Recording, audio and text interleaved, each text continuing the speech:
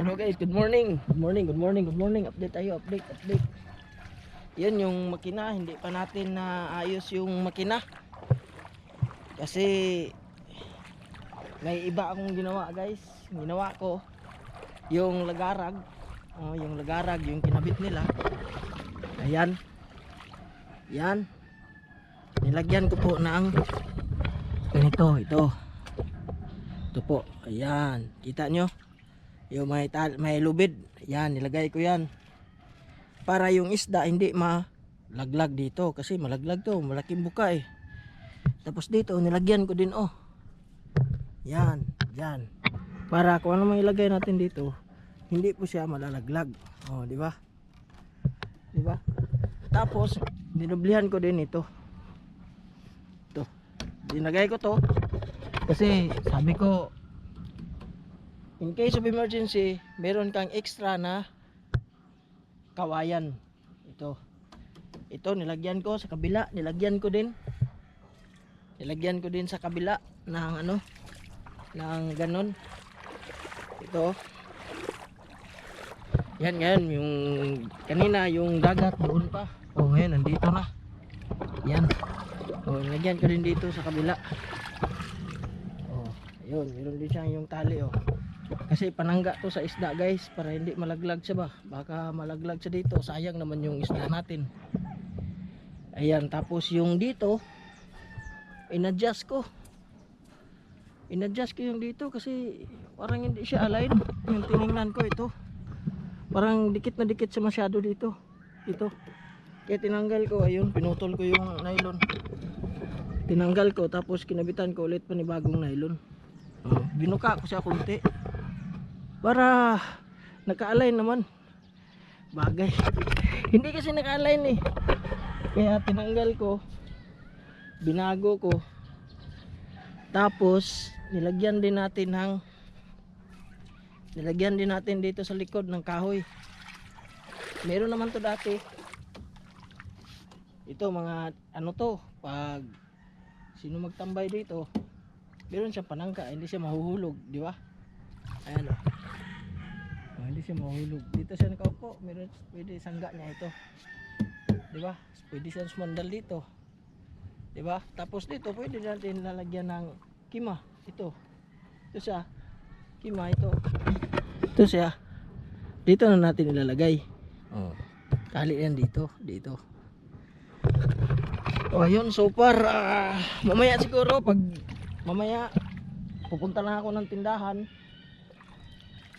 Mamaya siguro ayusin natin yung tagas na trodo sa makina. Pag maayos na yung tagas ng trodo ng makina, baka mamayang gabi meron tayong pupuntahan, gagamitin natin to.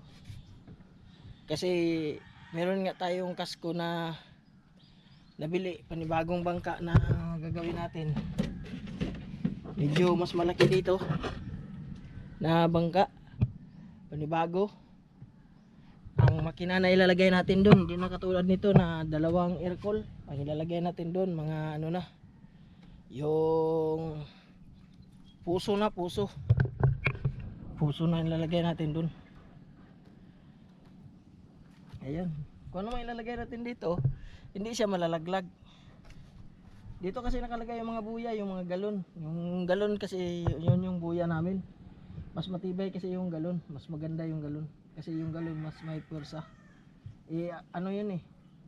5. Dito 5. Hindi siya malalaglag, di ba? Kasi nilalagyan ko siya, tinahian ko siya ng ganito.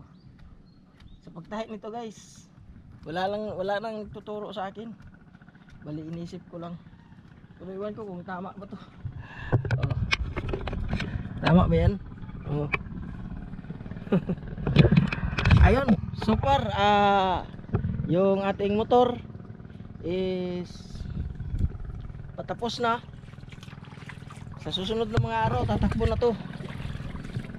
Ito nga pala yung nilalagay natin. Na-astig na yung motor natin. Ngayon mas matibay siya. Mas maganda kasi mas maraming kawayan, mas maganda. Para yung motor natin matibay, di ba? At saka kung may mga extra ka na kawayan, maganda rin na may extra ka ng mga kawayan kasi ano rin yun, in case of emergency may maputol, meron kang kawayan na mahugot na pwede mong ipangtapal, natalian mo lang. Kaya sabi nga nila kailangan din meron kang extra na nylon pangtali in case of emergency. Magdadala tayo niyan, lahat po ng kailangan natin in case of emergency dadalhin po yan natin sa laot. Hindi po natin yan kakalimutan, mga tools, mga panali, ito, kawayan. Hindi natin pwedeng kalimutan yan kasi importante yan. Sa oras na pangangailangan, meron tayong makuha. Yung iba, meron ngang nangyari na nakalimutan nilang magdala ng ano, nakalimutan nilang magdala ng uling. Oh, panting kalabaw, ganito din. Nakalimutan nilang magdala ng uling. Ang nangyari, tinanggal nila itong lagarag. Ito yung ginawa nilang pang apoy. Pagdating naman nito, para lang sila makakain siyempre, tapos pagdating nila doon sa baybay, sa bahay, sa kanila, gumawa ulit sila ng lagarag ganito. Pero hindi natin pwedeng gawin sa atin yan, no? Kaya meron tayong mga extra na dinadala ng mga kawayan. Okay. Okay, salamat. Yun po ang update ng ating bangka. Dahan-dahan natin to. Susunod na araw, susunod na ano, may kukunin lang muna tayo bago natin ikarga yung ating lambat. Ang lambat nito guys, napakabigat. Di bali makikita nyo naman yan. Maraming salamat sa pag ano, yun yung bangka natin, yun yung update natin sa bangka natin. At salamat kay Lord na ayun, nakakapag ano na tayo, makakaraos din tayo. Next week is amihan na, pwede na tayo makalaot. Hinintay namin yung isa namin kasama nasa Quezon. Kung dadayo kami ng Quezon, magkasama kami nun. Sige, salamat. God bless.